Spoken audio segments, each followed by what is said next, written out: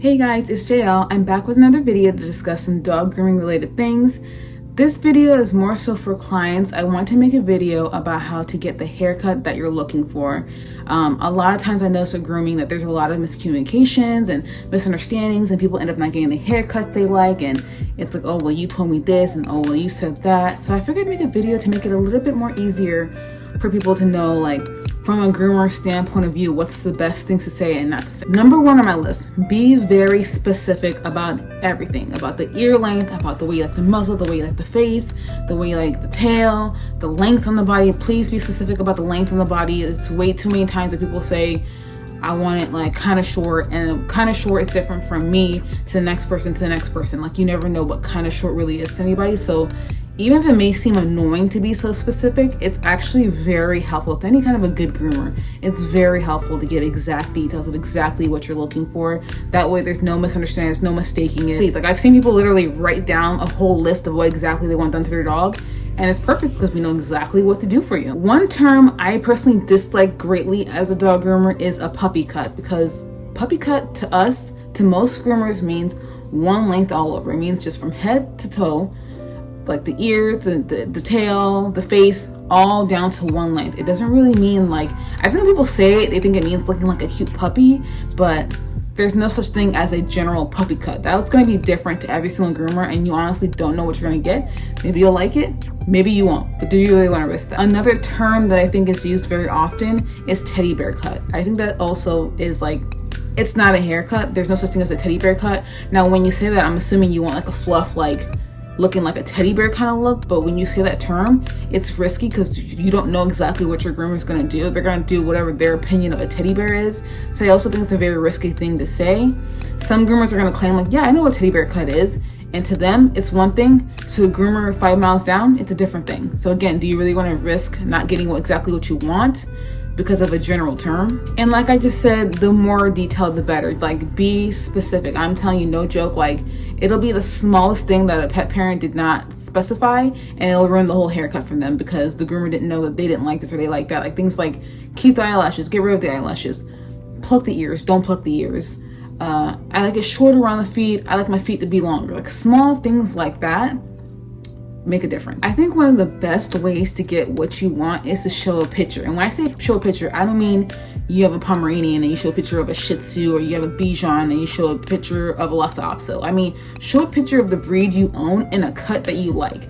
And a lot of times the issue with that is people will get these like blurry photos of like the pet sitting down, and it's kind of hard to see exactly what they look like when they're sitting down or laying down if they're not freshly groomed. But either way, a photo, if it's a photo of your dog, it's even better because now it's easier to replicate because it's the same exact dog. But a photo is, I think, the best way to get out what groom you want. Even if it's just like you like the body cut, or you just like the way the ears are, you just like the way the face is. Anything like that will give the groomer an exact picture right in their face of exactly what you're looking for. And as long as the dogs are similar breeds or the same breed, it'll be easier to match what you're looking for. Another thing that I think is a really bad thing to say is short but not too short, because short and not too short is going to be different depending on who you're talking to. Because what I consider short and not too short, it's not going to be the same thing my fellow coworker groomer thinks, or maybe not even what you think. At least where I work, we have a shave chart that shows like a bunch of different lengths, so that way you can kind of pick out the length you want. But you can always even hold up the hair and say, I want it like this much off, or we have guard combs that we can run through and show you how much it's going to take off. But like, staying short but not too short, that's like a tongue twister for me right now. It's like grounds for getting a haircut shorter than what you want, because what's short changes completely depending on the person you're talking to. Like, I think it's also very helpful to specify what you don't like. I think it's very important to specify what you don't like as well. Like, if you don't like long ears, or if you don't like the tail shaped a certain way, or if you don't like the face a certain way, say that, because then they'll make sure not to do that. So if you have specific things that you just do not like in a haircut, do not be afraid to just straight up say, I don't like this, or I don't like that. Another good way to get a haircut that you like is to vet the groomer. Like, before you go to a groomer, go online, look at the reviews, look at the pictures they posted of grooms they've done, see if they kind of do your style and what you like.